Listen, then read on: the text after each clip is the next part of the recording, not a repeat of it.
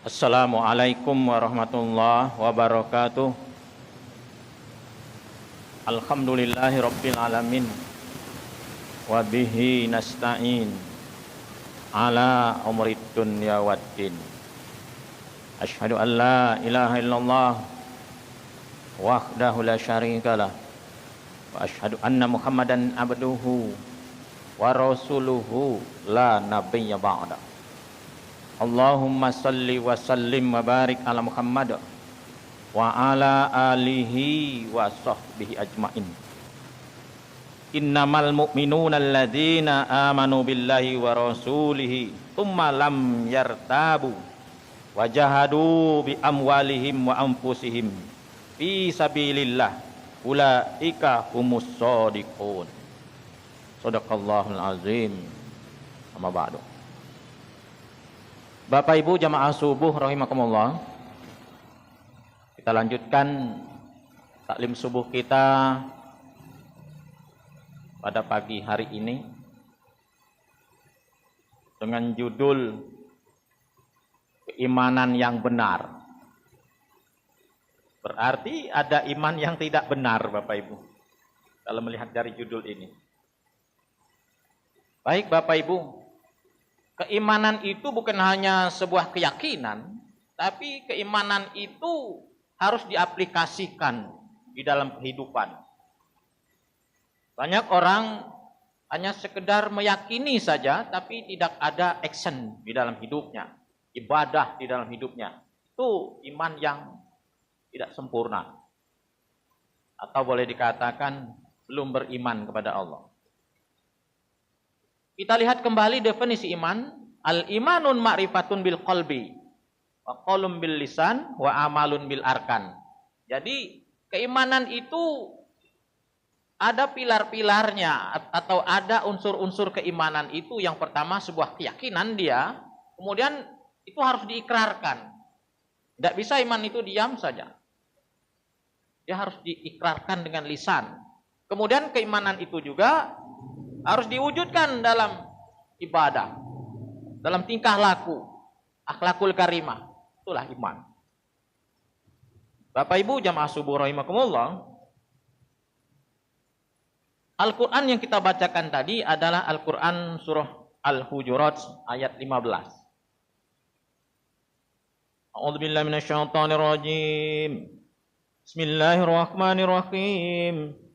Innamal mu'minuna alladzina amanu billahi wa rasulihi thumma lam yartabu wa jahadu bi amwalihim wa anfusihim fi sabilillah ulaika humus shadiqun.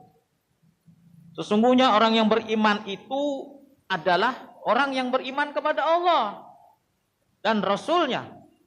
Kemudian mereka tidak ragu-ragu dan berjuang dengan harta serta jiwa mereka pada jalan Allah. Mereka itulah orang yang benar. Itulah iman yang benar. Iman yang benar itu dia beriman kepada Allah, kepada Rasul-Nya, kemudian dia wajahadu bi amwalihim, berjuang dengan harta dan jiwa. Ini orang yang beriman seperti itu. Orang yang benar imannya akan seperti itu pada jalan Allah. Fi sabilillah.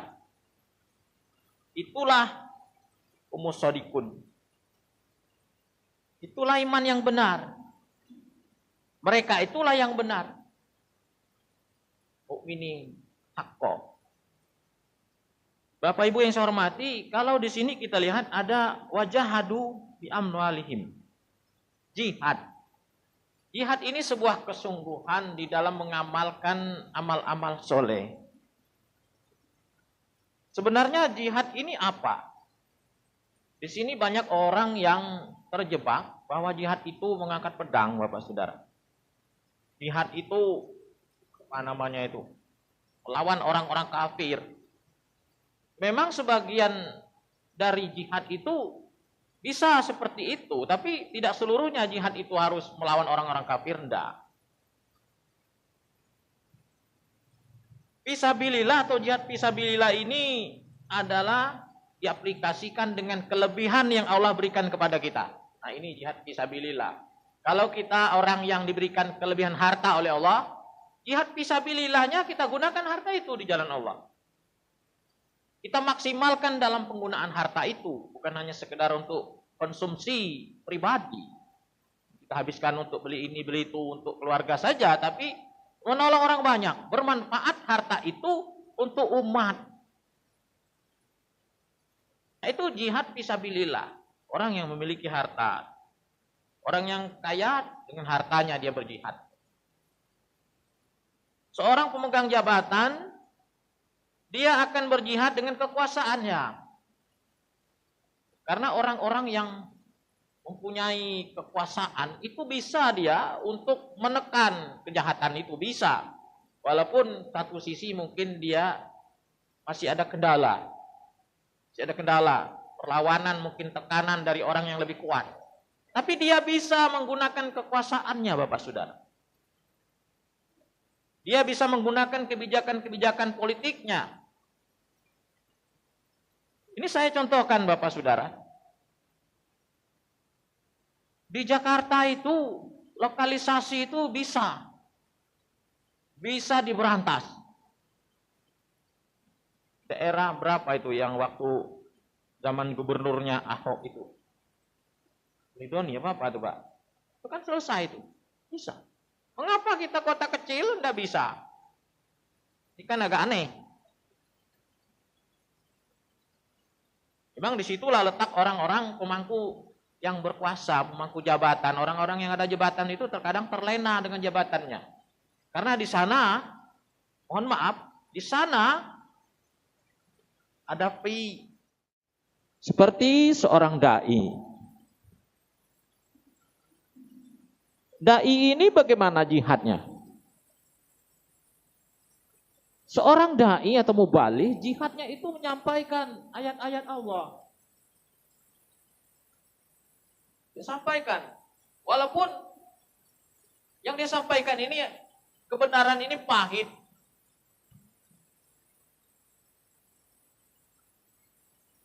Kebenaran itu ulil haqqo walau kana murran. Sampaikan yang benar walaupun pahit. Karena tidak mudah untuk menyampaikan sebuah kebenaran di saat kebenaran itu berhadapan dengan para pejabat.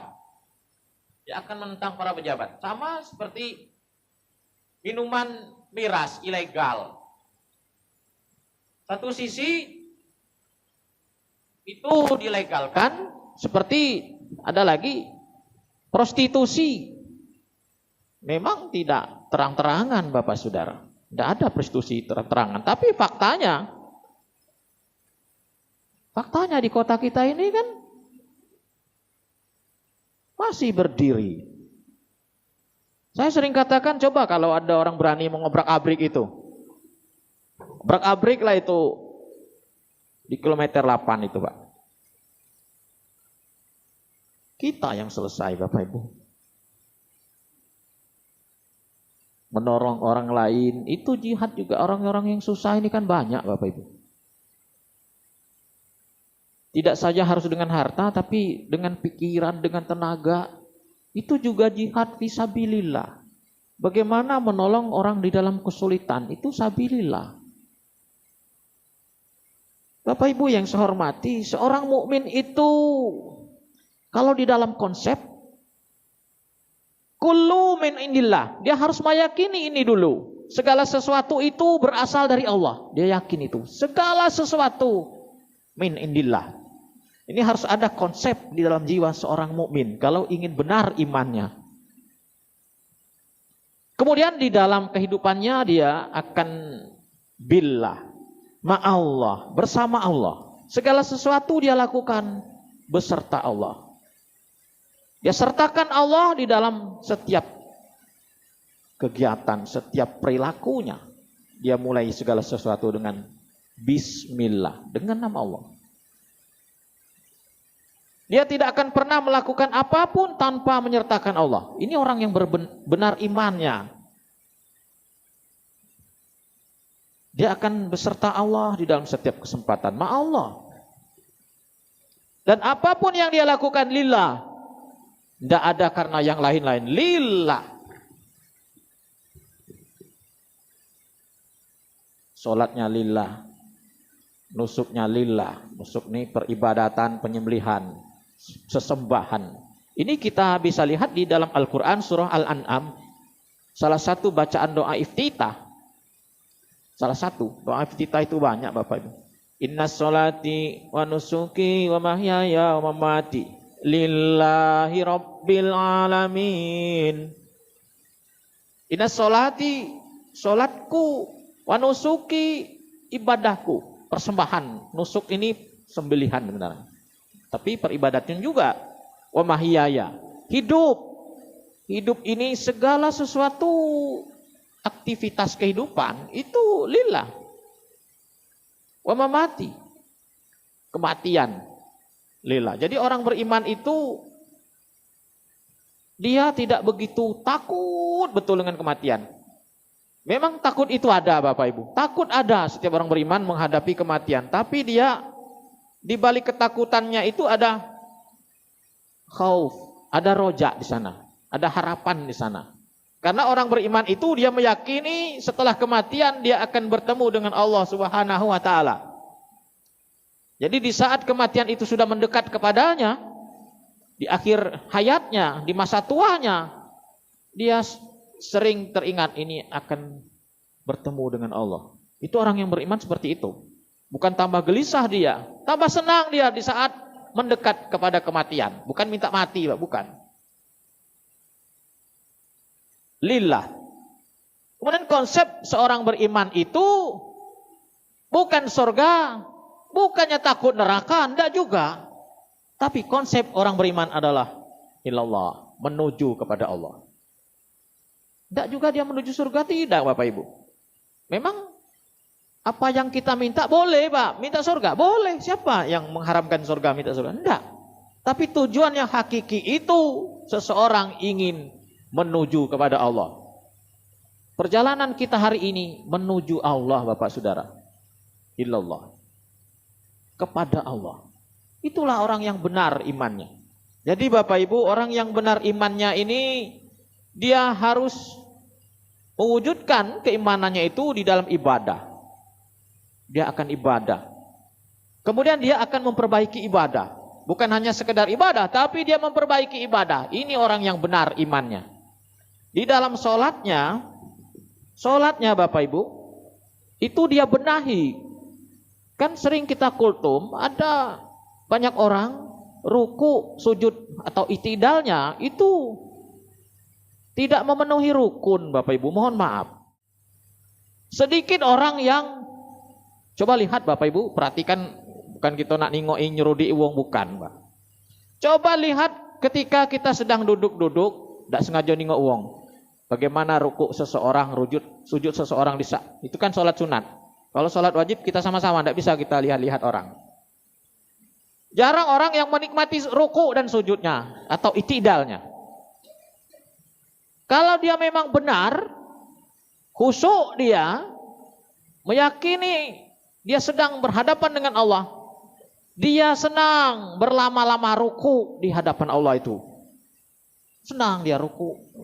Seakan-akan dia tidak mau bangkit Bapak Ibu. Atau dalam sujudnya, dia baca bacaan sujud agak 3 kali, kemudian dia tenangkan tubuhnya.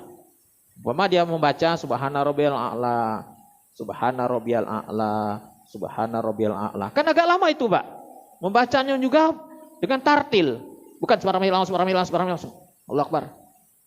Itu enggak tartil itu, enggak apa ya? Bacaannya akhirnya terburu-buru. Tidak sedikit kita mendapatkan orang seperti itu. Tidak sedikit Pak. Terkadang dia sudah tua, nampaknya lambat dia. Ya gerakan huri. Rukuknya ini jangan tidak nyampe, tapi memang lamban dia tuh. Yang dilambatkan itu apanya? Boleh saja dia lambat. Diamnya ini yang agak lama sebenarnya Pak. Bukannya sekedar naik lagi. Banyak itu Pak. Kalau dia memang membacanya 3 kali Bapak Ibu, Allahu Akbar, entar ngebut lambat dia Allahu Akbar, atau dia lambat Allahu Akbar, dia lambat. Nah, sampai dia di posisi rukuknya ini dia baca Subhana Rabbiyal Azim, Subhana Rabbiyal Azim, Subhana Rabbiyal Azim. Kan agak lama itu. Kalau dia begini ya Allah. Bagaimana itu bacaannya? Nah Bapak Ibu yang saya hormati, ini harus kita benahi. Seseorang yang membenahi, membaguskan ibadahnya, ini seseorang sedang memperbaiki hubungannya kepada Allah. Ini konsep beriman yang benar. Memperbaiki ibadah. Konsentrasi, khusyuk, dan bersungguh-sungguh di dalam ibadah. Mungkin kalau kita langsung berhadapan dengan orang-orang yang seperti ini, langsung kita komplain, langsung kita nasihati atau bagaimana kita bicarakan itu, dia akan komplain. Dia akan bicara fikih, Pak. Kan di dalam fikih kalau sudah ruku, itidal kan dibenarkan. Ini bukan soal mazhab A, mazhab B, fikih A, fikih B, bukan Bapak Ibu. Kan ini pernah dari Rasulullah orang yang sholatnya itu seperti mencotok itu, ayam mencotok ngebut itu, Pak. Itu kan ditegur oleh Rasulullah. Tapi hari ini ada orang yang membenarkan sebuah ibadah. Sebenarnya ibadah itu sudah ditegur dari Rasulullah. Banyak Bapak Ibu orang yang sholat cepat, Pak. Sholatnya itu ngebut Bapak Ibu. Banyak. Tapi dia membenarkan dengan dalil-dalil. Kan kita yang ingin sholatnya tumak ninah menjadi kerepotan berhadapan dengan orang seperti ini. Mungkin juga kita juga belum sempurna seperti itu dalam ruku dan sujud kita. Kalau dia memang menghayati inna sholati, sholatku, berarti dia harus membenarkan itu rukuknya. Memang betul-betul ruku, takzim di hadapan Allah. Seperti itu Bapak Ibu. Bapak Ibu jamaah subuh rahimakumullah. Kita sudah di penghujung Ramadan. Ada amal soleh, amal tambahan. Sedikit kritikan untuk kita bersama. Kita di penghujung Ramadan ini, 10 terakhir Ramadan ini ada ibadah sunnah namanya itikaf. Nanti kita akan sampaikan lagi di kultum zuhur. Banyak orang mengutamakan itikaf Bapak Ibu. Itikaf ini sunnah, bagus orang yang bisa sudah itikaf. Tapi dia terlena melakukan hal kewajiban. Setelah 3:30 sahur dia balik ke rumah, tidak balik lagi ke masjid. Ini sebuah kritikan untuk orang-orang yang itikaf. Setelah itikaf dia pulang ke rumah, tidur dia, sholat subuhnya kesiangan. Ini berarti mendulukan sunnah, kemudian melalaikan yang wajib. Banyak itu Pak. Dia itikaf 10 hari full dia. Tidak memilah-milah malam ganjil, malam genap. Tidak, terus. Tapi subuhnya dia balik ke rumah Pak. Itu kan tidak tepat juga itu. Ini kan kita angkat lagi ini. Kita benahi kembali orang yang seperti ini. Apalagi kalau di masjid itu ada panitia itikaf Pak, makan sahur ado Pak. Apa lagi nak balik? Makanlah di masjid nih, tunggulah subuh di masjid ini. Kalau masjid kami tidak ada Pak memang. Makanya itikaf di masjid kita itu Pak dikit Pak. Tidak sampai 10 wong. 6 wong bela hebat Pak itu Pak. Saya hitung itu rata-rata 6, kadang 5, 6. Tidak sampai level 8, 9, 10. Tapi kalau ada snack ada. Di Masjid Raya ini kan disediakan ada panitia itikaf, ada dananya. Banyak orang. Tapi satu kritikan, jangan balik, Pak. Kan lagi balik. Makanlah di sini, tunggulah di sini. Itu yang benar. Kita menunggu subuh, bukan balik, tidur. Subuhnya di rumah. Itu terbalik namanya, Pak. Baik, Bapak Ibu yang saya hormati, mari kita benahi kembali amal-amal soleh kita ini, kita benarkan kembali iman kita ini. Bisa jadi iman kita ini belum benar, belum lillah, belum billah, belum ilallah. Tujuan kita sebenarnya adalah Allah. Ini saja kultum subuh. Terima kasih. Yang benar dari Allah. Bila taufik wal hidayah. Wassalamualaikum warahmatullahi wabarakatuh.